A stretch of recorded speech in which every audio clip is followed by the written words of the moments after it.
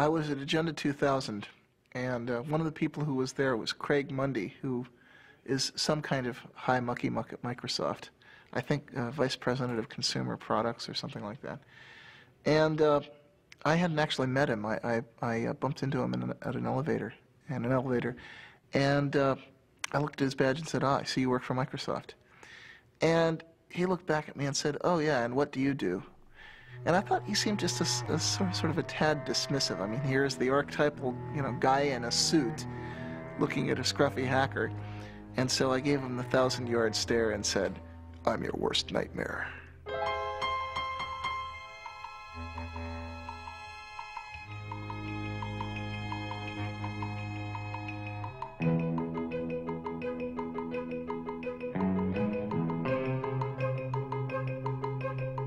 For most of its short but colorful history, the computer industry has been dominated by the Windows operating system. But that could soon change, as Windows faces a strong challenge from Linux. Silicon Valley has long been the place to develop new technology, start new companies, and get really rich. Now the Valley is the front line in a revolution fighting for that most politically incorrect of ideas, individual freedom. Day and night, a loose confederation of hackers and programmers zaps bits and pieces of computer code around the world as it builds the tools to set computer users free. Using open information and the free exchange of technology to achieve its goals, this revolution began in the 1980s with the free software movement and the GNU project, and now is most commonly associated with Linux and the open source movement. We do have one sector that is taking off today. It is the Linux-related sector. And I thought this might be a good opportunity to say, what is Linux? And I'll answer this question for you. Many of you probably already know, but there are 12 million users out there. A computer operating system developed by hundreds of programmers collaborating on the internet, a challenge to Microsoft Windows NT, very popular for its speed, and so this is what the craze is about. To kind of explain what Linux is, you have to explain what an operating system is. And the thing about an operating system is that you're never ever supposed to see it, because nobody really uses an operating system. People use programs on their computer. And the only mission in life of an operating system is to help those programs run. So an operating system never does anything on its own. It's only waiting for the programs to ask for certain resources or ask for a certain file on the disk, or ask for the programs to connect them to the outside world. And then the operating system steps in and tries to make it easy for people to write programs. Open source is a way for people to collaborate on software without being encumbered by all of the problems of intellectual property, having to negotiate contracts every time you buy a piece of software, have a lot of lawyers involved. In general, we just want to get the software to work, and we want to be able to have people contribute fixes to that, etc. So we sort of sacrifice some of the intellectual property rights and just let the whole world use the software. Before there could be Linux, there was Richard Stallman and the free software movement. I mean, think of Richard Stallman as the great philosopher, right? And think of me as the engineer. Richard Stallman is the founding father of the free software movement. Through his efforts to build the GNU operating system, he created the legal, philosophical, and technological foundation for the free software movement. Without these contributions, it's unlikely that Linux and open source would have evolved into their current forms today.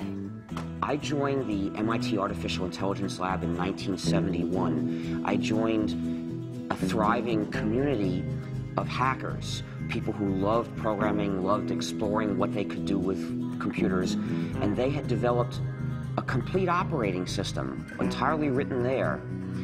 And I became one of the team that continued to improve the operating system, adding new capabilities. That was my job, and I loved it. We all loved it. That's why we were doing it. And we called our system the Incompatible Time-Sharing System, which is an example of the playful spirit which defines a hacker. Hackers are people who enjoy playful cleverness. Well, it first started going wrong as the outside world started pressuring us to have passwords. We didn't have any passwords on our computer. And the reason was that the hackers who'd originally designed the system realized that passwords were a way that the administrators could control all the users. And they didn't want to build tools, you know, locks and keys for the administrators to control them. So they just didn't do it. They left that out. And we had the philosophy that whoever's sitting at the computer should be able to do whatever he wants, and somebody else who was there yesterday shouldn't be controlling what you do today. When they put passwords onto one of the machines at MIT, I and a bunch of other hackers didn't like it. I decided to try a subversive sort of hack. I figured out how to decode the passwords, so by looking at the database of encoded passwords, I could figure out what each person would actually type to log in. And so I sent messages to people saying, hello, I see that you've chosen the password mumble, or whatever it was. How about if you do as I do? Just type enter for your password. It's much shorter, much easier to type. And of course, with this message, I was implicitly telling them that the security was really just a joke anyway. But in addition, I was letting them in on this hack. And eventually, a fifth of all the users on that computer joined me in using just enter as their passwords. Where did the ideas that led to what is now called open source, how did that begin? Who began that? Well, it actually began with the start of computers, because at that time, software was just passed around between people. And I think it was only like in the late 70s, early 80s, that people started really closing up their software and saying, no, you can never get a look at the source code. You can't change this software, even if it's necessary for you to fix it for your own application. And you can actually blame some of that on Microsoft. They were one of the real pioneers of the proprietary software model. In the mid-1970s, a group of hackers and computer hobbyists in Silicon Valley formed the Homebrew Computer Club. In the club's January 31st, 1976 newsletter, Bill Gates of the recently formed Microsoft wrote an open letter to the community where he made a point-by-point argument for the relatively new concept of proprietary software. Up to that point, the practice of computer users had been to freely pass around software with not much thought given to its ownership. Known as an open letter to hobbyists, Bill Gates writes, "To me, the most critical thing in the hobby market right now is the lack of good software courses, books, and software itself. Without good software and an owner who understands programming, a hobby computer is wasted. Will quality software be written for the hobby market?" Gates goes on to write, "The feedback we have gotten from the hundreds of people who say they are using BASIC has all been positive. Two surprising things are apparent, however. One, most of these users never bought BASIC, and two, the amount of royalties we have received from sales to hobbyists makes the time spent on Altair BASIC worth less than $2 an hour. Why is this? As the majority of hobbyists must be aware, most of you steal your software. Hardware must be paid for, but software is something to share. Who cares if the people who worked on it get paid? Is this fair? One thing you don't do by stealing software is get back at MITS for some problem you may have had. MITS doesn't make money selling software. One thing you do is prevent good software from being written. Who can afford to do professional work for nothing? What hobbyist can put 3-man years into programming, finding all bugs, documenting his product, and distribute it for free? The fact is, no one besides us has invested a lot of money in hobby software. What about the guys who resell Altair BASIC? Aren't they making money on hobby software? Yes, but those who have been reported to us may lose in the end. They are the ones who give hobbyists a bad name and should be kicked out of any club meeting they show up at. I would appreciate letters from anyone who wants to pay up or has a suggestion or comment. Signed, Bill Gates, General Partner, Microsoft." In the late 70s and early 1980s, Richard Stallman was doing artificial intelligence research and coding at the MIT Artificial Intelligence Lab. Richard had a number of negative experiences during that period which soured him on the whole idea of commercial software. Such as? Some code that he wanted to work on and wanted to fix was locked up, and he couldn't get the company that owned the code to let him fix it, even though it would have been to their advantage to do so. And that put me into a moral dilemma, you see, because to get one of the modern computers of the day, which was the early 80s, you would have to get a proprietary operating system. The developers of those systems didn't share with other people. Instead, they tried to control the users, dominate the users, restrict them, saying, if to get this system, you have to sign a promise you won't share with anybody else. And to me, that was essentially a promise to be a bad person, to betray the rest of the world, cut myself off from society, from the cooperating community. And I had already experienced what happened when other people did that to us, when they refused to share with us because they had signed these contracts, and it hurt the whole lab, kept us from doing useful things before. So I just wasn't going to do that. I felt, this is wrong. I am not going to live this way. And from experiences like this, he developed a profound hostility to the idea of intellectual property in software. He eventually acted this out by founding the Free Software Foundation. So I looked for another alternative, and I realized I was an operating system developer. If I were to develop another operating system, and then as the author encourage everyone to share it, say, everyone, you can come and get it, use this, form a new community, not only could I give myself a way to keep using computers without betraying other people, but I'd give it to everybody else too. Everybody would have a way out of that moral dilemma. And so I realized this was what I had to do with my life. I actually began the project in January of 1984. That's when I resigned from my job at MIT to start developing the GNU operating system. Now, I should explain that the name GNU is a hack because it's a recursive acronym. It stands for GNU's not Unix. You see, so the G in GNU stands for GNU. And what the name means is I was developing a system that was like the Unix operating system, but was not the Unix operating system. This was a different system. We would have to write it completely from scratch because Unix was proprietary. We were forbidden to share Unix. We couldn't use Unix. It was useless for a community. So we had to write a replacement for it. Throughout the 1980s, as Richard Stallman was building the GNU project, computer scientists from the University of California at Berkeley were developing their own free operating system. Known as Berkeley Unix, or BSD, it was based upon the Unix kernel which had been licensed from AT&T. However, due to legal problems with AT&T and fragmentation of the source code, hackers and other non-institutional users were slow to adopt it. Well, Unix consisted of a large number of separate programs that communicated with each other. So we just had to replace these programs one by one. So what I started doing was writing a replacement for one program, and then another, and then another, and then people started joining me because I published an announcement inviting other people to join me to help write these programs. And by around 1991, we had replaced practically all of them. What were some of the programs that you Well, we had to have a complete system, you need to have a kernel, which is the program that allocates resources to all the other programs. You need a compiler, which translates a program from readable source code that programmers can understand into numbers, mysterious numbers that the computer can actually run. You need other programs that go with the compiler to help do this job. You need a debugger, you need a text editor, you need text formatter, you need mailers, you need lots and lots of things. There are hundreds of programs in a Unix-like operating system. I saw Stallman's announcement. Actually, I met him in February of 1987. He came to give a 5-day tutorial on Emacs at our company. And during the day, he would explain new ways to think about Emacs and ways to extend and enhance it and to use the Emacs source code for better or worse.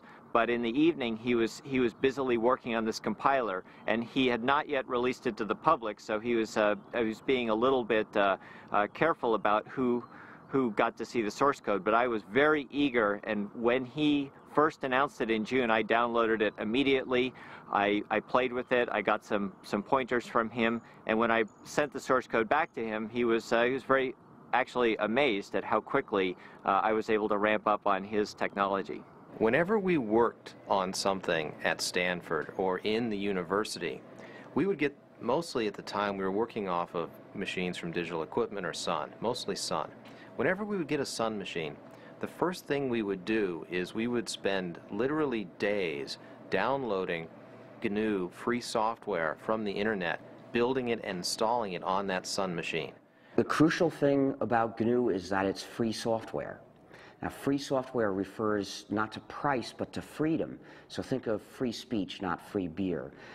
The freedoms that I'm talking about are the freedoms to make changes if you want to, or hire somebody else to make changes for you if you're using the software for your business, to redistribute copies, to share with other people, and to make improvements and publish them so that other people can get the benefit of them too.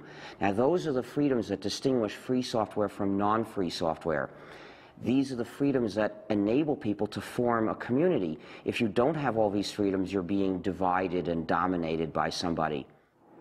My first experience contributing to free software came in late 1989, early 1990. I was working as a graduate student at Stanford University on computer-aided design tools. One of the pieces I needed was a tool called a parser generator. Well, the Free Software Foundation under Richard Stallman had created a great tool called Bison. I needed a tool that worked with C++. Bison worked with C. I modified Bison to create something called Bison++. And it was a tremendous feeling of empowerment to be able to take a piece of software that was available and create what you needed in a very short piece of time by modifying it. I put it back on the internet, and I was amazed at the number of people that picked it up and started using it. In fact, I remember going to job interviews. I at various times considered just going out and getting a job, and I'd gone to a job interview, and I was talking with one of the people, and I started asking them about what tools they used, and they said, gee, we use Bison++, and I said, oh, I'm the author of Bison++. Free software generally does have a copyright, it does have an owner, and it has a license. It is not public domain. If we put the software in the public domain, somebody else would be able to make a little bit of changes and turn that into a proprietary software package, which means that the users would be running our software, but they wouldn't have freedom to cooperate and share. To prevent that, we use a technique called copyleft. The idea of copyleft is that it's copyright flipped over, and what we do is we say, this software is copyrighted, and we, the authors, give you permission to redistribute copies. So we give you permission to change it. We give you permission to add to it. But when you redistribute it, it has to be under these terms, no more and no less, so that whoever gets it from you also gets the freedom to cooperate with other people if he wants to. And then in this way, everywhere the software goes, the freedom goes too. And it becomes an inalienable right to cooperate with other people and form a community. And so what is that, the license? What is that? Well, copyleft being a general idea, in order to use it, you have to have a specific example. And the specific example we use for most GNU software packages is the GNU General Public License, a particular document in legalese which accomplishes this job. A lot of other people use that same license. For example, Linus Torvalds uses that license for Linux as well. Well, the license I use is the GNU General Public License. That's the one that Richard Stallman wrote, and I think it's a really astounding contribution. It's one of the few software licenses that was written from the standpoint of the community rather than from the standpoint of protecting a company or, as is the case with the MIT and the BSD license, performing the goals of a government grant program. And the GPL is really unique in that it's not just a license, it's a whole philosophy that I think motivated the open source definition. I don't hide that a lot of what I do came from Stallman. A crucial step in the growth of GNU, Linux, and the free software movement was the creation of businesses based upon the software and philosophy. Ground zero for the beginning of the business phase was the Electronics Research Lab at Stanford University. Known as ERL, the lab was the place where the first GNU and Linux businesses found their inspiration. So right here is where ERL was. That would have been the entrance over there next to the Electrical Engineering McCullough building. So you walk in, you come in, you walk down the hallway down here, My office would have been about here, and then right across the hall from that was Michael Tieman's office. Michael Tieman took and started a company, Cygnus Software, but the idea was to sell consulting and services around the GNU free software. And, well, Michael's done very well with Cygnus. Well, I spent a lot of time working out how we were going to make money, and in the original GNU Manifesto, which is the last chapter of the GNU Emacs manual, Stallman proposed a number of different possible ways to make money. From the beginning of the free software movement, I've had the idea that there's room in it for business to be done. One of the advantages of free software is that there's a free market for any kind of service or support. So if you are using software in your business and you want good support, you have a choice of people to go to for it. You have a choice of businesses that are in the business of providing you with support. So they're going to have to, in general, give you good support, or you'll go to somebody else. With proprietary software, support is a monopoly. There's one company, typically, that has the source code, and only they can give you support.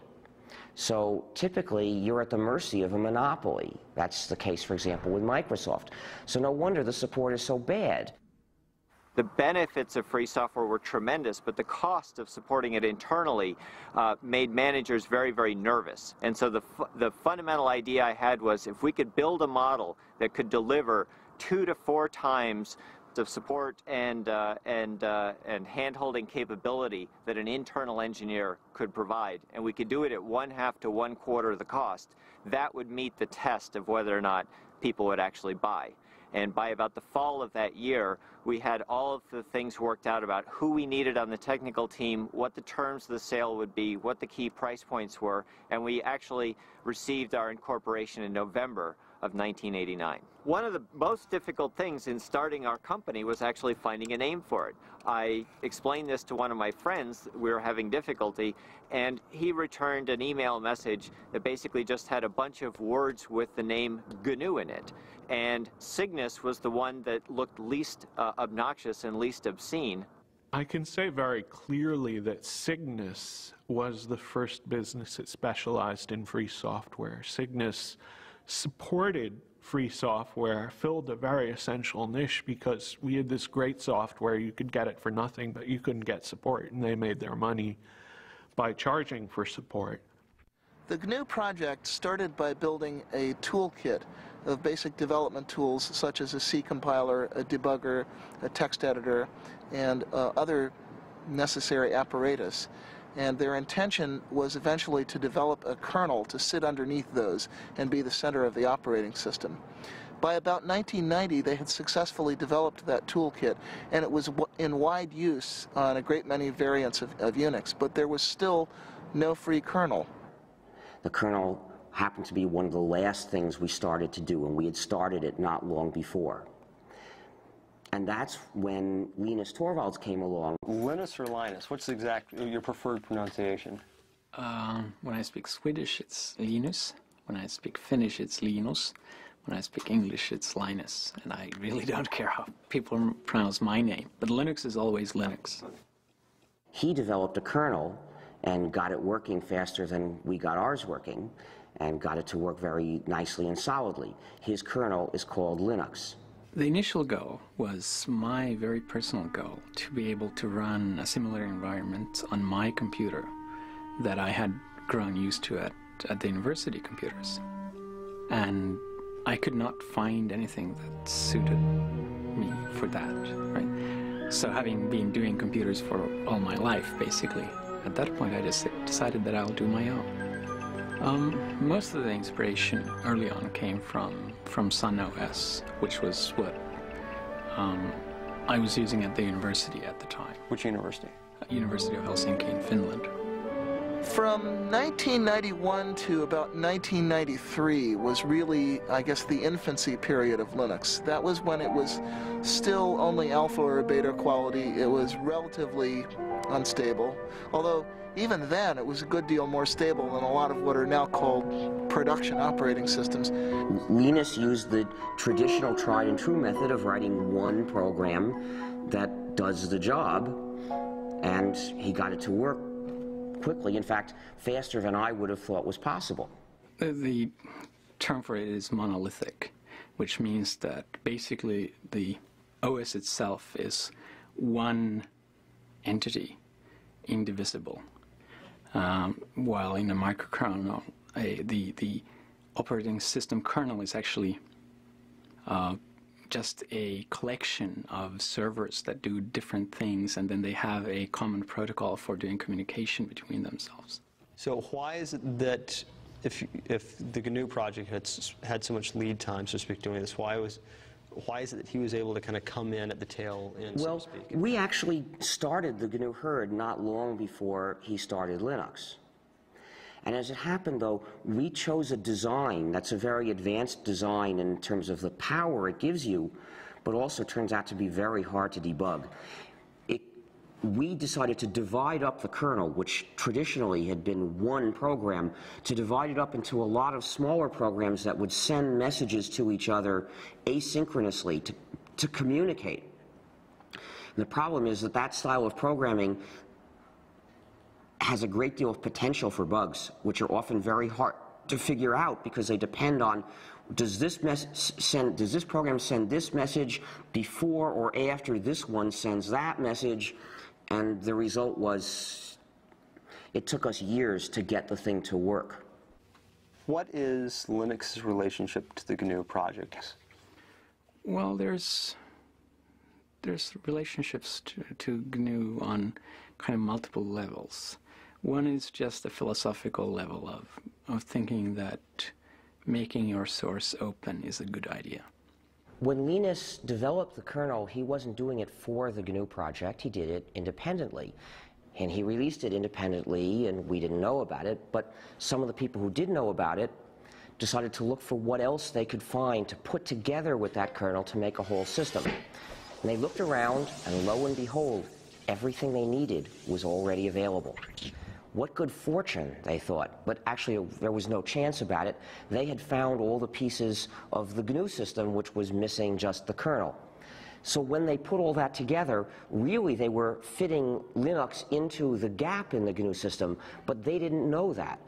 There's a lot of these programs done by the Free Software Foundation and done by other people like Linux, and there's a symbiosis between Linux and the programs, so that the programs run on Linux and at the same time, and they take advantage of Linux as a platform, while Linux takes advantage of the programs by just being able to use them. What programs? For the main one is actually the GNU C compiler, which without a C compiler it would not have been possible to make Linux or most of the open programs available. Linux uses the GPL, and I agree with the kind of philosophy behind the GPL. That said, the GPL itself is not a very pretty document, which is probably just because no lawyers can ever be very pretty.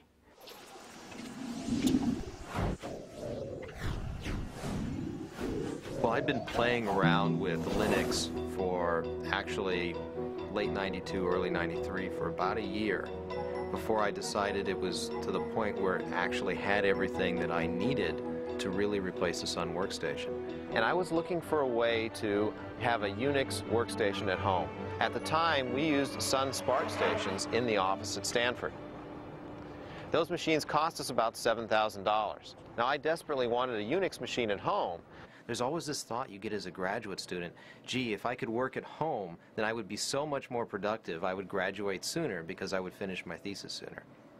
Well, is it true? Well, you can judge, you know. Most people end up spending a lot of their time becoming more productive so that if they ever actually worked on their thesis, they'd finish it in a day. It takes a while sometimes. So I decided I wanted a Unix machine at home. And I went out there and was able to use Linux together with a PC. For about $2,000, I put together a system that was 1.5 to 2 times faster than that $7,000 Sun SPARC station. That was absolutely amazing. I had 1.5 to 2 times the speed at 1/3 to 1/4 the price. Light bulbs went off. I knew there was an opportunity here. This was a chance to really do something better than what Sun has done around open source. and Linux? I called it Linux originally as a working name, and that was just because Linus, and the X has to be there. It's Unix. I mean, it's like a law. And what happened was that I initially thought that I can't call it Linux publicly because it's just too egotistical, and that was before I had a big ego, right? They thought they were taking a whole bunch of components and putting them around Linux.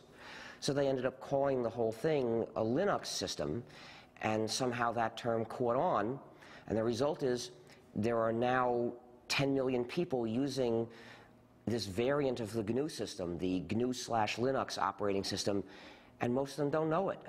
Some people advocate that it be described as GNU/Linux. I mean, what's your thought on that? Is that justified, or? Well, I think it's justified, but it's justified if you actually make a GNU distribution of Linux. The same way that I think that Red Hat Linux is fine, or SUSE Linux, or Debian Linux. Because if you actually make your own distribution of Linux, you get to name the thing. But calling Linux in general GNU Linux, I think, is just ridiculous. I got involved in Fall '93 because I was sent a copy of the first CD-ROM commercial Linux distribution, which was called Yggdrasil. It was produced by Adam Richter. And I got a copy because I had been myself writing free software for a long time, since the early 80s. I was actually one of the early GNU contributors myself. And I was absolutely astonished. I was completely astonished because I'd been a software engineer for nearly 15 years at that point, and according to all the rules I knew about controlling complexity, keeping your project groups small, having closely managed objectives, Linux should have been a disaster, and it wasn't. Instead, it was something wonderful, and I was determined to figure out how they were getting away with that. In order for Linux to grow beyond the world of the computer programmer, it needed a use, an application that made it a must-have technology. That threshold was crossed with the development of a program that made complex websites possible. That program is the Apache Web Server. The killer app of Linux was undoubtedly the Apache Web Server. If you look at the history of Linux, the adoption curve of Linux and the adoption curve of the Internet exactly track each other. 1993, which was when the Apache Web Server project really got started, was also the beginnings of the popular ISP explosion, when the Internet first became a mass-market commodity and the idea of web-based electronic commerce and mass communication became real. I think it was one of the first applications that caused people to go, wow, if I install Linux, I get some tangible benefit from doing so, right? I mean, clearly there were a lot of interesting applications on Linux at the time, this being maybe 2 or 3 years ago when this thing really started to take off. But there wasn't a driving, you could almost say business case for someone to use Linux versus using NT until, I think, Apache. And a lot of the things that plugged into Apache and enhanced Apache. I mean, when you went to go out and build a server farm, it was much more cost-effective, real dollar terms, to build it on Linux and Apache than it was to build it on IIS and NT, even if it meant that you had to spend a little bit of money to train your staff to learn how to use that or to find people who were knowledgeable. But the good news was that that knowledge wasn't very expensive because there are all these college students out there who had been using Linux for a long time and were very familiar with it. If you look at the trend curves in web servers, Apache has steadily been gaining in market share ever since. It's up to something like 66% now. It's steadily clobbered all of the closed-source competition. And that's because it's more reliable, it's more flexible, it's more extensible. It does what webmasters actually need. And the combination of Apache and Linux found its way into a great many commercial shops. Essentially, Apache became the application that motivated internet service providers and e-commerce companies to choose Linux over Microsoft's Windows. It would probably run best on Linux and on FreeBSD, and the reason is the communities around those operating systems are also the communities that contribute the most back to Apache, right? And they were also the operating systems that internet service providers started using very heavily as well. And internet service providers really liked Apache because it allowed them to do a lot of different things that some of the commercial web servers didn't, such as the ability to host more than one website on a single box, which clearly if you're an ISP and you have 40,000 users and they all want their own website is going to be pretty important to you. One of the key factors in the growth of Linux was the creation of companies that specialized in the distribution and support of the operating system itself. Among these companies, Red Hat Software is the best known. Red Hat started as the product of Mark Ewing. While he was working at IBM, he wanted a little better Linux distribution. He started playing around. Found out he spent more time maintaining his Linux distribution than he did working on his new project. So he sort of started the distribution itself. He met up with Bob Young, who at the time was running a company called ACC Bookstore, which was a mail-order PC Unix catalog. And Bob kind of knew he wanted something, more his own to market rather than reselling other people's products, and he was fairly good at marketing, and Mark knew he needed some marketing help because he was fairly good at the technical part, so they kind of got together. I started working with Red Hat in May of 1995, basically right out of NC State, along with Eric Troen, who me and him combined make up employees number 4 and 5. And we actually reported to work at an apartment that Mark Ewing used to live in. We took it over as kind of the development part of Red Hat Software, and stayed that way till about November of 1995 when a toilet we had in the apartment kind of exploded, flooded our downstairs neighbor, and she got a little upset, and the apartment folks found out we were running a business there instead of actually living there at the same time, so they decided to throw us out. So at that point we had about a week to go find our first office, which we did, and get ourselves moved in a hurry. So.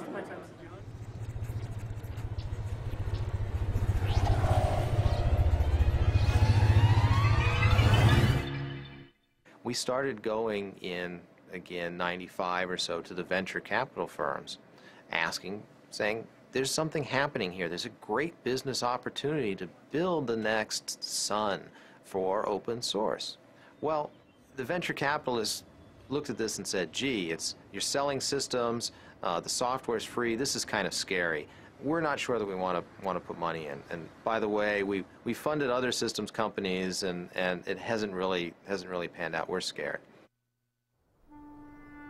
I came to the U.S. about 3 years ago, and the reason really was that I'd been spending like 6 or 7 years at Helsinki University and decided that it was time to see the real world and not just university life.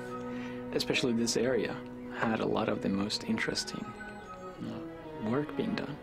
So I just decided that let's try to move halfway across the world and give this a try, and it's turned out pretty well. Do you see this as temporary or long-term? Well, we saw it as temporary at first, and I think it's certainly looking like it's turning long-term.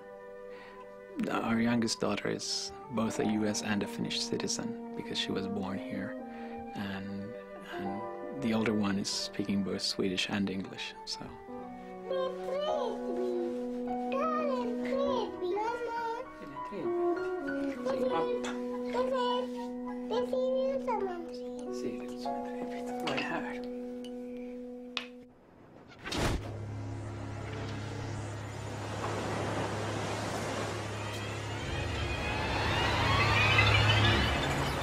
The next major event was one that I had a direct hand in. I wrote a paper called The Cathedral and the Bazaar, which was my observations, my anthropological analysis of what it was that made the open source world work. We didn't call it that then. We're still using the term free software primarily. So it was my observation of what made the free software world work and why we were able to produce extremely high quality software in spite of constantly violating all of the standard rules of software engineering. In that paper, I was setting up a contrast between two different styles of development, two opposed styles of development. One, which is the conventional closed development style, which I called the cathedral style. In that one, you have tight specification of objectives, small project groups which are run in a fairly hierarchical, authoritarian manner, and you have long release intervals. On the other hand, what I identified as happening in the Linux world was a much more peer-to-peer, decentralized market or bazaar-like style in which you have very short release intervals and constant solicitation of feedback from people who are formally outside the project, a very intense peer review process. And the startling thing was that the more I looked at this, the more it seemed that trading away all the supposed advantages of conventional closed development for that one single advantage of massive independent peer review actually seem to win, actually seem to get you good results. The reason Netscape is important is that they were the first large company to participate in open source. We had Cygnus providing support, but we didn't really have much business. And Netscape went to open source essentially as a way to fight Microsoft, which was giving away Internet Explorer, but not letting anyone else have the source code, not letting companies collaborate. Working as part of the sales force, I got a good idea of why people bought our software and what it took to make our software successful in the marketplace against competitive products. However, the problem we were seeing is that as time went on, our software was being competed against by other people's software, particularly Microsoft's. And as time went on, the price of our software had to drop because other people were giving their software away at no charge or at little charge. No, the real problem was that they feared that Microsoft would achieve a monopoly lock on the browser market, and they would then use that monopoly lock to pervert, actually, the HTTP and HTML standards that the web depends on. And once they had turned those standards into lock-in devices, they could then use that control to drive Netscape out of the server market, which is where it was making its real money. My concern was that as time went on, Netscape's business would be threatened by the fact that we didn't have enough people to do all the things we needed to do as a company in order to keep our software viable in the marketplace. The Netscape release happened in early 1998, and I was told later, I had no idea at the time, that it came about as a direct result of the right people having read The Cathedral and the Bazaar. The Cathedral and the Bazaar, the paper by Eric Raymond, was a significant influence on Netscape's decision to release source code. Came as a complete shock to me. I wasn't really ready for the thought that I was changing the world, even by accident. However, it was not by any means the only influence on that decision, and not necessarily the most important one when all is said and done. As I said, Netscape had already been talking about releasing source code for quite some time before anybody had ever heard of Eric's paper. Linux Congress in early 1997, which was the first place that I gave that paper. And one of the people who heard it was Tim O'Reilly of O'Reilly Associates. And he thought it was pretty intriguing. And he asked me to give it at his first Perl conference, which was later that year in fall of '97. And apparently what happened, I was told later, although I had no idea this was happening at the time, is that some people from Netscape actually heard the paper at the Perl conference and took those ideas back to Netscape, and they kind of lit a fire there. The role of my paper was essentially to make the internal case at Netscape, to make the business case for why Netscape should release its source code. The paper was called Netscape Source Code as Netscape Product. A strange title. Essentially, what the title meant was that, in my opinion, we needed to think of source code not just as something that was used in creating our products, but as something that was a product in its own right, something that customers might use, that other people might use. I then looked at what the business models might be if we release source code for our products. How would we license them? How would we sell products in this environment? Then I looked at the competition, particularly Microsoft. What would they be likely to do if we release source code? Was there some way they could use our source code against us? I used Eric's paper as an example of how distributed development could work, how a company could develop software not just using their own people, but also working with people on the internet. And that's why I included a reference to Eric's paper in my paper. Once my paper was circulated, the people who read my paper would naturally enough find a reference to Eric's paper and read that as well. And who was involved in making that happen at Netscape? Primarily, the person who made the actual decision was Jim Barksdale.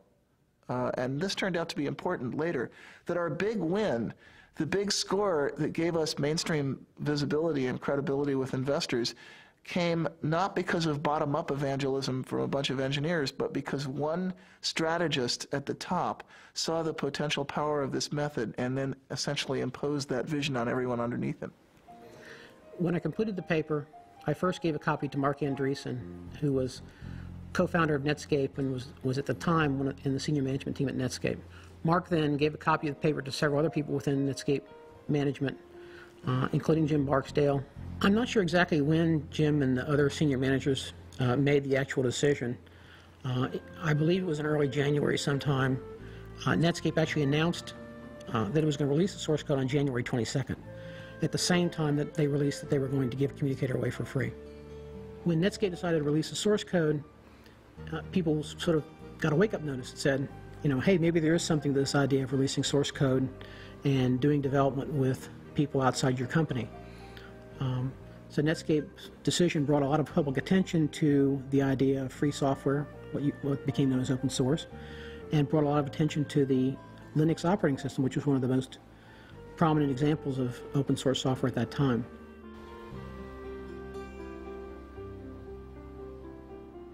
This is our first office, Mountain View, California.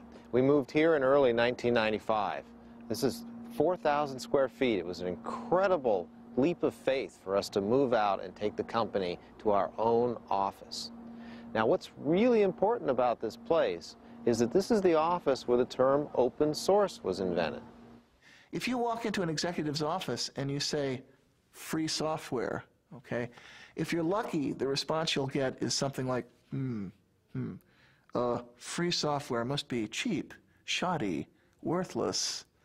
And if you're not lucky, it has associations with the Free Software Foundation's wholesale attack on intellectual property rights, which, regardless of what you think about the ethics of that, it's lousy marketing. It's not something that businesses want to hear. So Eric Raymond knew that there was a problem. We'd been calling this free software, but people took the term free and associated with free of charge. They thought that you couldn't make money or you couldn't sell, which is exactly the wrong concept. We wanted to get across the idea that the software was open and that the source code was available. Very important pieces. We had this meeting at the VA offices in Mountain View where Eric, myself, and Christine Peterson from the Forsyth Institute joined us, as well as several other people. Christine Peterson was there by phone. John Mad Dog Hull was also there by phone. A guy named Todd Anderson, who later worked for SUSE for a while, was there. Sam Achman, who now runs Penguin Computing, was there. He was an employee of VA at the time. Well, we came up with the concept of open source. We called Linus, in fact, and asked Linus if he liked it. He was interested. He liked it. Eventually, we came up with something that replaced free software. So that was the beginning of open source. How did you choose the words open source? Do you remember? You know, I think Christine Peterson was the person who really came up with the idea. We wanted, again, the idea that the source code was out there and it was open. There weren't many choices. Well, since the first three recipients have spoken for the open source movement, I think I should speak about the free software movement. The open source movement focuses on practical advantages that you can get by having a community of users who can cooperate on interchanging and improving software. I agree completely with the points they make about that.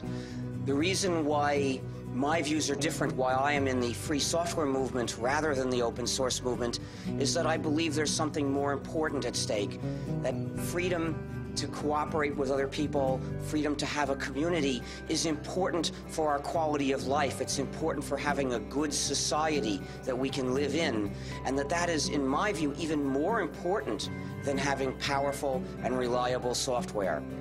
But I think some of the people in the free software camp are a little scared by the commercialization. And, you know, of course, a rebel is put off by success.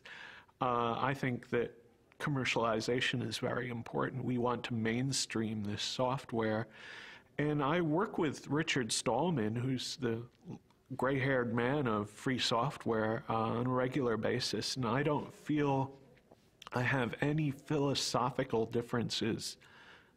Me as author of the open source definition, and he is originator of free software as an organized thing, except for one thing. Richard wants all software to be free, and I think that free software and non-free software should coexist. That's the only difference we have. we decided early on that what we needed a definition. We needed a kind of meta license to define the term open source. And what we came up with is a document called the Open Source Definition. It's derived from the Debian Free Software Guidelines that were originally written by Bruce Perens. I'd written the original draft of that, discussed it for a month with the Debian developers. Debian is a Linux distribution, and made it their project policy. And Eric and I decided to relabel what we'd written for Debian as the open source definition, and to say open source is software that gives you a list of 9 rights, which is in the open source definition. The first right is free redistribution. This doesn't mean free as in no price, it means liberty. You have to be free to redistribute your software to someone else, and actually no price is a side effect. You can charge for that redistribution or not. It has to come with source code so that someone can maintain a program. If they go from a PC to a Mac, for example, they can change the software. Derived works have to be possible. If someone has to improve your program, they should be able to distribute the result. There's a provision about integrity of the author's source code, which says that the author can sort of maintain their honor, and if you make a change, you might have to change the name of the program or mark out your change very clearly so that your change doesn't reflect on the author. There's no discrimination against people or groups. The example I usually use is you can't stop an abortion clinic or an anti-abortion activist from using the software. There's no discrimination against fields of endeavor, and that means the software has to be usable in a business as well as in a school. The license has to be distributable. In other words, I have to be able to give that license to someone, and that license then should work if that someone gives it to yet a third person. The license can't be specific to a product. In other words, if I distribute my software on a Red Hat system, the license can't say, you can't distribute this on a SUSE or a Debian system.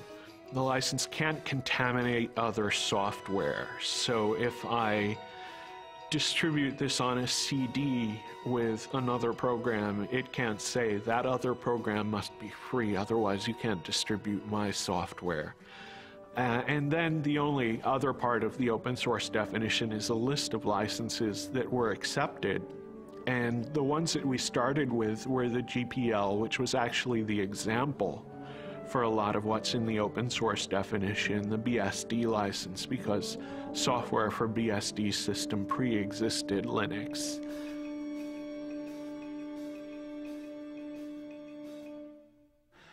I think the next moment that I thought was really pivotal was when the database vendors flipped over, which happened about 3 months sooner than I expected it to. It actually happened in late July, early August, that we got commitments to do Tier 1 ports from Oracle and Sybase and the other key database vendors. And why was that critical? Because we knew that in order for the open source story to be credible, and especially in order for the Linux story to be credible, we'd have to get commitments from independent software vendors to do ports of their applications to these platforms. And I was actually kind of worried. I felt that we were in a window of vulnerability between the time that we announced the open source campaign and the database vendors flipped over. That was the point at which hostile action by Microsoft or other closed source software companies, that was the point at which a serious marketing blitz might actually have sunk us.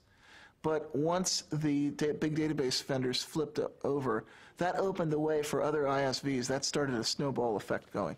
Every 6 months or so, I would come back to the venture capitalists and I would show them the new numbers, showing more and more people adopting Linux, the new people porting, new users, and I'd show them our customer list. And our customer list was getting much more impressive. It was people like Cisco that were beginning to appear. People like, the .com companies were starting to show up on our customer list. And eventually the venture capitalists, they kept looking at it and they kept saying, oh, we can't quite do it. Finally, Linus appeared on the cover of Fortune because there was something happening with open source. Well, at that point, the the venture capitalists couldn't ignore it. They just got sick of hearing about Linux everywhere, and they got tired of me just, you know, showing it to them every at that point almost every week. So they decided it was time to invest, that there was something happening. Well, I announced open source to the world on the internet. I did a lot of the early administrative work of starting the open source initiative. And I think 6 months later, I was reading the words open source in the news all the time and was totally astounded. And a year later, I believe Microsoft was talking about releasing some source code. And someone in the press asked Steve Ballmer if they were going to open source their code, and Steve Ballmer said, well, open source means more than just releasing the source code. And I realized that he had read my document and understood it and was now telling the press about this. Now, if you're like just a guy on the net who's not doing this for a job at all, and you sort of write a manifesto and it spreads out through the world, and a year later the vice president of Microsoft is talking about that, you'd think you were on drugs, wouldn't you? But that's what really happened.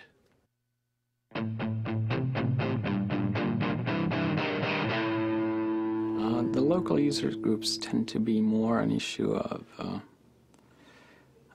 building a social network, especially getting people familiarized with the issues,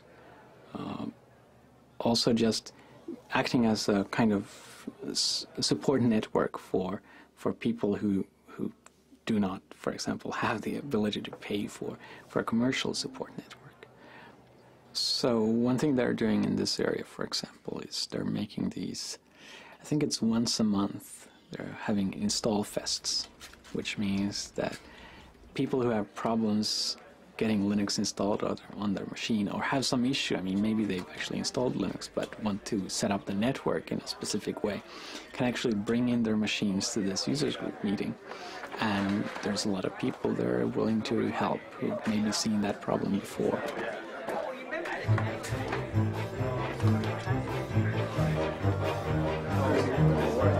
So the card that only connects locally, go back to the card. Well, actually things aren't going so well. I tried it earlier myself. I had problems, and so I came to this Install Fest where all the gurus abound. Hopefully I'll have better luck getting it in. Instead of sending emails or writing to news groups on the internet and waiting several days for the answer sometimes, it's easy to come here and find other people who might know about your problem and may be able to help you. And hopefully within a few hours you have your machine installed. Originally I wanted to install on my larger laptop, and so I just did a search on the net and found where there were resources to get help. And I'm here today because I'm trying to put Linux on this little guy right here, which is a Toshiba Libretto. And it's not the easiest thing in the world to do because it's a weird piece of hardware. So, are there any chairs around here?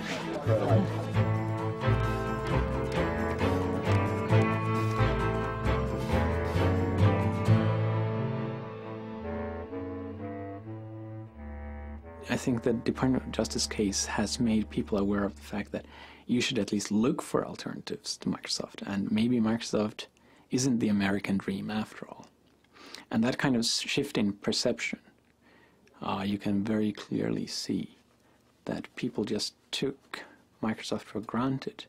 And maybe they're still buying Microsoft, but at least they're kind of more aware of the issue these days. Microsoft actually used Linux as defense. They used Linux to ground a claim that they don't have a monopoly because Linux could essentially push them off their catbird seat at any time. It was a very ingenious argument, totally specious, because it didn't do anything to answer the charge that they had previously engaged in bullying and various anti-competitive practices, but it was clever of them. In an event, the judge didn't buy it. Well, ordinarily we in the Linux community are rather wary about letting Microsoft become the issue, but there was a Slashdot article about December of '98 where a fellow named Matt at the Noodle had pointed out that a gentleman in Australia had managed to receive a refund for the unused copy of Windows that came with his computer. So he declared the 19th of January, was it January? No, it's February. It's February, I'm sorry. The 19th of February, he declared the 19th of February Windows Refund Day, and he encouraged everyone to go to their computer manufacturers and return their unused copies of Windows as it was specified in the Windows End User License Agreement. Yeah, it's important to remember that in the license itself it says that you can receive a refund if you don't use the software, and that the manufacturer is bound by law to do this, or at least bound by contract. And we found that, you know, if you called up these manufacturers, they basically said, "Stop bothering me, kid," and hung up on you. We didn't really want to sort of give out the location of where we were going to meet until, you know, at the very last second. So what we did is we had people meet at places that we could control in the different towns around here. So I was the San Jose marshal, and I believe, Nick, you were the San Francisco? Rick Moen and I did San Francisco. Right. Yeah. And so we had maps there, and we handed them off to everybody who was coming. Well, we actually met at a Denny's that's just outside the Foster City limits, Foster City city limits, which meant also that it was just outside the Foster City police jurisdiction, which meant that any incidents that happened at the meeting point happened in the jurisdiction of San Mateo, and if they told us to get lost, we'd say, fine, we're going to Foster City, bye. It's sort of the Dukes of Hazzard method of avoiding the cops, so. Well, actually, we marched on the other side of this building. We marched around and up onto the parking structure that's up there. And that's where Microsoft had a reception laid out for us with drinks and a big sign that said, you know, Microsoft welcomes the open source community. And the local news cameras got shots of Eric Raymond and the Microsoft representative. The Microsoft story seemed to mostly be that this was not an issue for Microsoft, but rather from the OEMs. So we all needed to go back to our computer manufacturers and try yet again to try and get a refund from them. We responded to them saying, you know, we've tried that, it's not possible. We need Microsoft to take action at this point.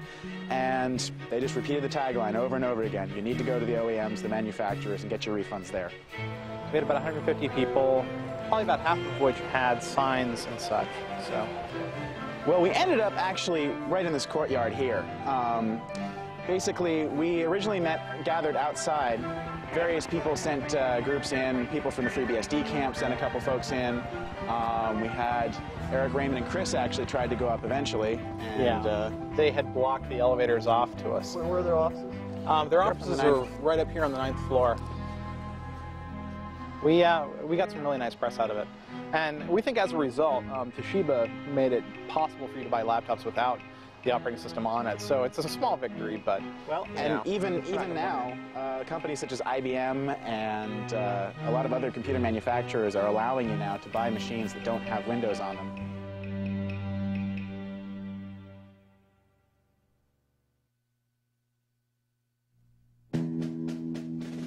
You know, when I was a kid and I went to school, the teachers were trying to teach us to share. They said if you bring some candy, you can't eat it all yourself, you've got to share it with the other kids.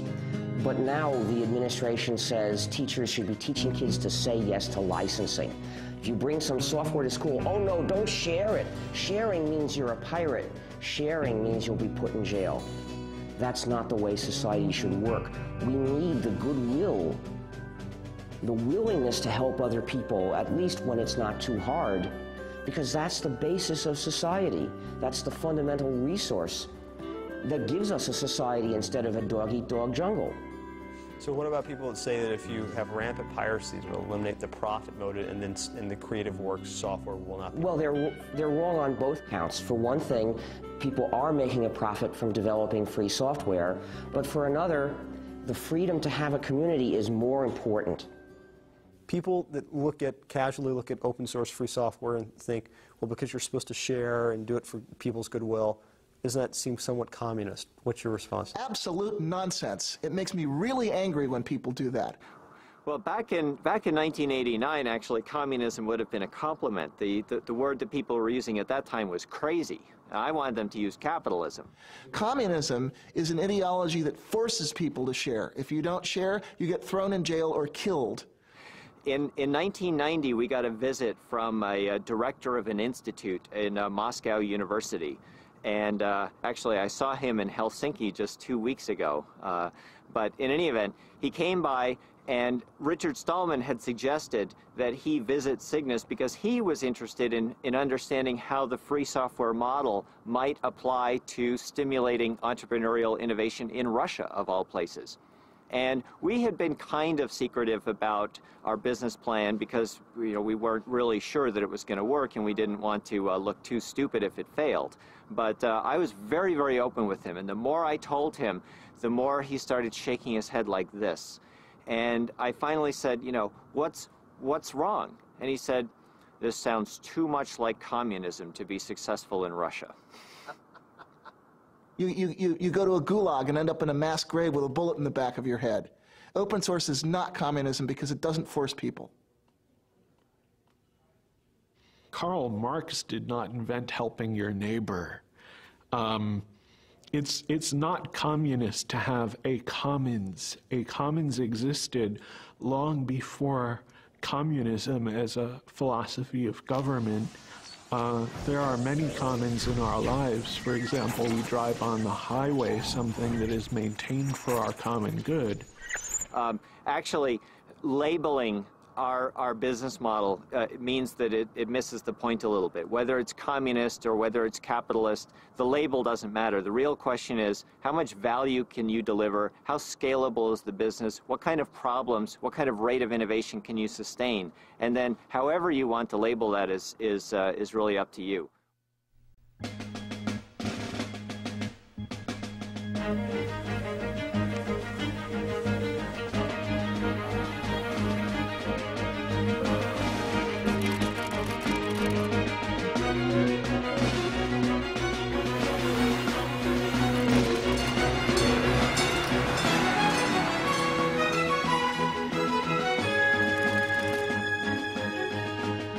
A lot of people described that August Linux World as Linux's coming out party. Linus Torvalds was very funny about that. He said, what, was Linux gay? But some people said, yeah, that was our debutante ball. That was when the Linux guys, the hardcore hackers, really got it together with the suits.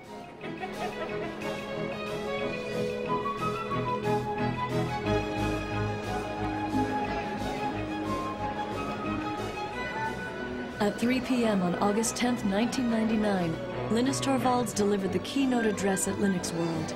The crowd of 6,000 people began lining up at 12 noon.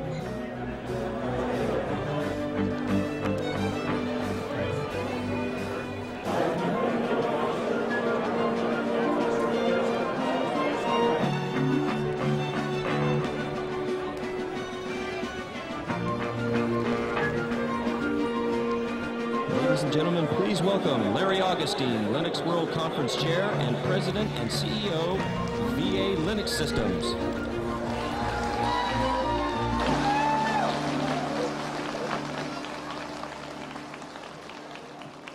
These guys have to clap. I pay them. Thank you all for being here. It looks like it's been a great show so far. If you'll indulge me for a moment, I'm going to try and avoid the glare of the lights and just I still think there's a lot of people, even though this is the second show, I still think there's a lot of people who don't quite get what it is that's so exciting about Linux. So there's this great show going on next door, there's huge exhibits and everything, but it's the people out here that are the real contributors, not those companies. The person on next, I know you all know, so I don't have to give anything in the way of introduction. Ladies and gentlemen, I give you Linus Torvalds. Linus.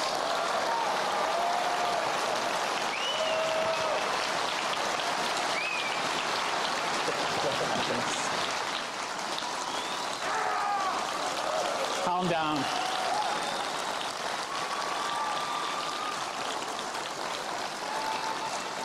Calm down. Say yes.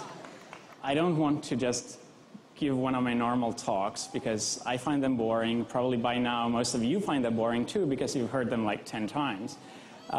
But after the technical update, we'll actually try whether we can do a questions and answers session with 5,000 people or how many of you there are there. And it may not actually work out because one of the 5,000 people is really loud. The one thing I will do, which I always do in all my talks, is the gratitude thing.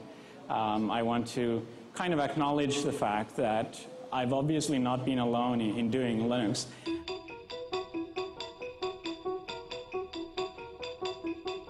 Red Hat up 228%. This is the IPO that everybody was waiting for. They, of course, are behind the Linux operating software. It's a year. It's all search for something. RHAT. I know what it is.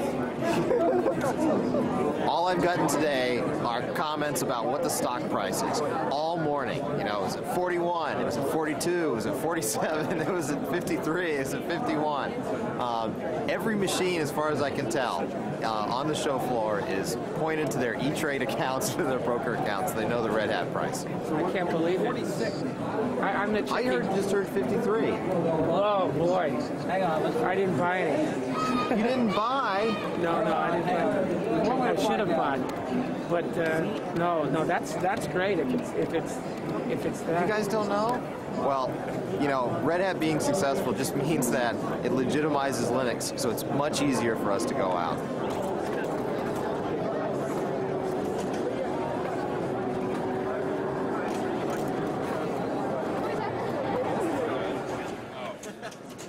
Yeah, our made for digital homoerotic adventure games. The government confiscated that one. Yeah. It's kind of been a little bit divided. You've got a lot of people that are pretty hardcore, and they're kind of offended by that, you know, because they've worked really hard and they're not really getting maybe their fair share out of that. Some people do get ticked, and you know the thing that you see that on a lot of mailing lists or on Slashdot. You know, you'll read, this guy is really mad because he didn't get a chance to didn't get a chance to get stock from Red Hat. He didn't get a chance to get a job from this other company, you know. But the kind of the shocking secret there is that most of the really hardcore guys, you know, they don't care so much. The guys that are kind of really down in the trenches, they're writing this code because they need this code. If we could invite Richard Stallman, who's the founder of the Free Software Association, and Tim Ney, who's the managing director. There we go. Here it is. Richard, I saw you playing your recorder in Paris at that Linux conference, but I didn't have an audio track. So would you get them to add audio to their video downstream next time? I don't have any control over that. Unfortunately, those things can only be done with non-free software. All right. We'll give you the award. And before you say a word, we'll have Tim and yourself hold up a little representation of the contribution towards the Free Software Association. So, very ironic things have happened, but nothing to match this. Giving the Linus Torvalds Award to the Free Software Foundation is sort of like giving the Han Solo Award to the Rebel Fleet. You see, some of you may not realize how far that analogy goes. But actually, let me tell you how we got here. See, what happened is, 15 years ago, if you wanted to use a computer, the only way you could do it was with proprietary software that divides and subjugates the users. And most people a lot of people didn't like it, but they saw no alternative. But some of us were determined to make an alternative, and we said we're going to develop a free operating system, a free software operating system that will give users the chance to have freedom while they use their computers. Now, a lot of people said, well, it's a nice idea, but it's so hard, we'll never get it done, so I don't want to participate. I don't believe you can ever get it done. But luckily, not everybody said that. And clearly, we knew we would eventually get the kernel done. But as it happens, somebody else did a better kernel before we did. Now, in the old days, we had an overall strategy for calling people's attention to the importance of freedom, to the freedom that they can have or not have when they use a computer. Well, what can we do about it? As far as I can tell, the only workable way of trying to change this and make that strategy work again is to spread the word that the operating system you're using is actually the GNU system, somewhat modified, of course. And when people know this, they'll take a look at the reasons we developed this system, they'll think about these issues, and some of them will decide they agree. So I ask people, please tell people this is the GNU system. It's the combination of GNU and Linux, so we can call it GNU/Linux.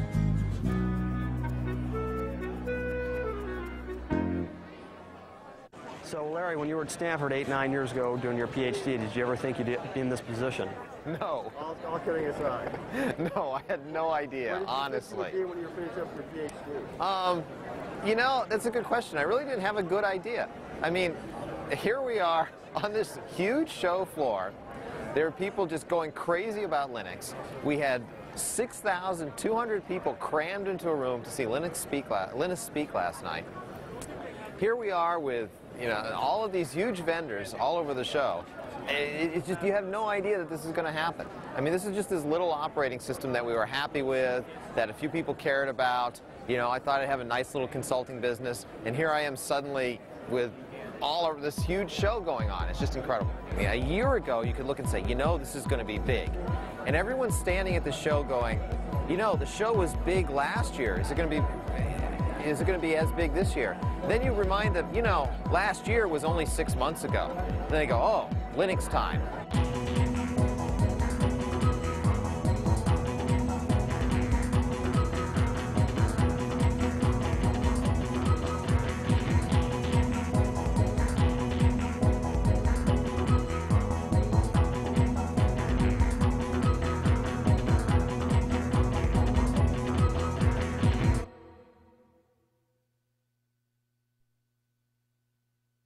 So leading up to the IPO, we had arrived actually in San Diego on Tuesday night. We spent Wednesday morning meeting investors in San Diego. We flew up to San Francisco, spent Wednesday afternoon meeting investment firms in San Francisco. Then on the Thursday morning of the IPO was when our stock would be traded publicly. So it was nice that we had ended the tour in San Francisco, because we could go to the Credit Suisse trading desk the next morning to watch the public offering. And in San Francisco, being close enough to the company and to our families, we could invite people up to actually join us in the first trade. So I invited my wife, and we invited Linus and Tova and a number of other friends and people who worked in the company to join us. Whenever we invite Linus and Tova, they have 2 young children, and I have a daughter, Andrea, and we always bring the kids along. So we went into the Credit Suisse trading floor with all these traders, and there are these 3-year-old kids running around and chasing each other around the show floor, around the trading floor. So Linus and I walked in, and we walked up into the trading floor, and everyone was very excited, and we kept asking them, well, how's it going? Are things going okay? And they said, oh, we're really excited. We think things are going well. We don't want to say, you know, we don't want to jinx anything. We walked in, there was a big screen TV showing CNBC, and it was amazing to us, but the theme for the day was Linux. Now, we have an IPO that's going to go today, and when I mean go, it is going to go. The estimates I'm hearing are staggering, but watch VA Linux Systems. It goes at 12:40 today. The symbol is LNUX, a provider of large-scale computer service and workstations specially designed for the Linux operating system. The original range on this IPO was $11 to $13, then $21 to $23, then $28 to $30, priced at $30. And the estimates I'm hearing, I don't want to repeat because I don't have a confirmation, but if they're true, they will blow your mind when this stock takes off at 12:40. I turned to Linus and I said, gee, did you ever think, you know, you'd walk in here someday and Linux would be the theme on CNBC? And you know, Linus in his joking way said, oh, absolutely. So we walk in and they show us the buy and sell orders coming in, and it's incredible. We're seeing numbers like $320, $340 a share. And I'm just in complete shock. You know, this is over 10 times where we priced the offering. It was incredible. And I remember Linus just kind of sort of patting me on the back and saying, just, you know, relax. And it was pretty exciting to see that. It was just amazing. We were stunned. We were lucky that we were able to get back to the offices. We had been in San Francisco, so we could come back to VA's offices to see everyone in the office for the IPO. We got back, we had, everyone was obviously very excited. The IPO had done just tremendously well. We had a little party that we put together. It was interesting, while we were celebrating, though, there were plenty of people that were still trying to work. I recall cries of, "Be quiet, we're on the phone, we're working," as we went into the offices. One of the things I did was I gave the roadshow presentation for the employees back at the office so they could have an idea of what we'd been telling investors and understand exactly what we'd put together for them. But again, the story of the day is VA Linux now up 766% to $235 to $265. Sue, the best performing IPO ever. Here it goes. Sycamore Networks was priced at $38, surged to $270. This has just beat it. And by the way, so how do you feel about potentially billions of dollars of wealth being created from your creation, but you're not necessarily directly cashing out? So if I hadn't made Linux available, I mean, I wouldn't have gotten any money that way either. So I mean, it's a win-win situation. Just the fact that there are a lot of commercial companies means that there are a lot of Linux people who used to work on Linux kind of on the side. And now they get paid for doing what they wanted to do. And that helps me in the sense that I wanted them to work on Linux anyway.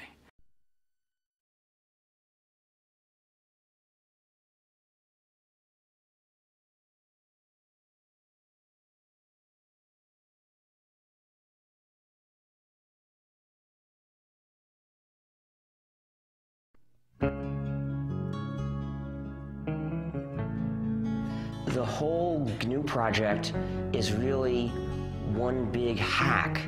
It's one big act of subversive, playful cleverness to change society for the better, because I'm only interested in changing it for the better, but in a clever way. Hi, we're the GNU Stallmans, and this is the Free Software Song. Join us now and share the software. You'll be free, hackers, you'll be free.